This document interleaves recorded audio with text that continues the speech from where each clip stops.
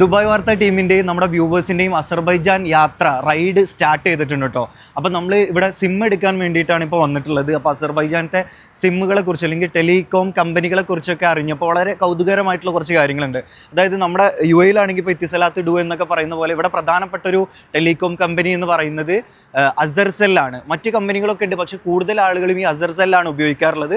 അതിൻ്റെ ക്വാളിറ്റിയും അതുപോലെ GB ഡാറ്റയുടെ സ്പീഡൊക്കെ കണക്കിലെടുത്തുകൊണ്ടാണത്.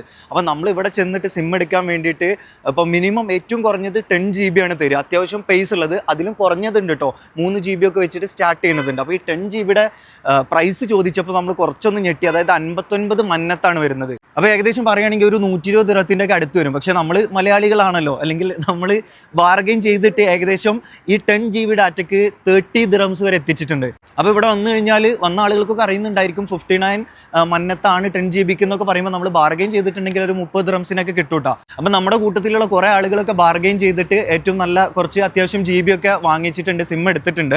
എടുക്കാത്ത ആളുകളും ഉണ്ട്. പിന്നെ 3 GB ഡാറ്റ ഒക്കെ സ്റ്റാർട്ട് ചെയ്യുന്നതൊക്കെ ഉണ്ട്, പക്ഷേ അത് കമ്പാരിറ്റീവ്ലി ഫാസ്റ്റ് കുറവാകുമെന്നാണ് ഇവർ പറയുന്നത്. പിന്നെ ഒരു ഫിക്സ്ഡ് റേറ്റ് ഒന്നല്ല, നമ്മൾ ബാർഗെയിൻ ചെയ്യുന്നതിനനുസരിച്ചിരിക്കും. ഇപ്പം അസർസെല്ല് ടെലികമ്പനി ആണെങ്കിലും ബാർഗെയിൻ ചെയ്യുന്നതിനനുസരിച്ചിരിക്കും നമുക്ക് എത്ര GB ഡാറ്റ കിട്ടും, എത്ര പൈസ കുറയും എന്നുള്ള കണക്ക്.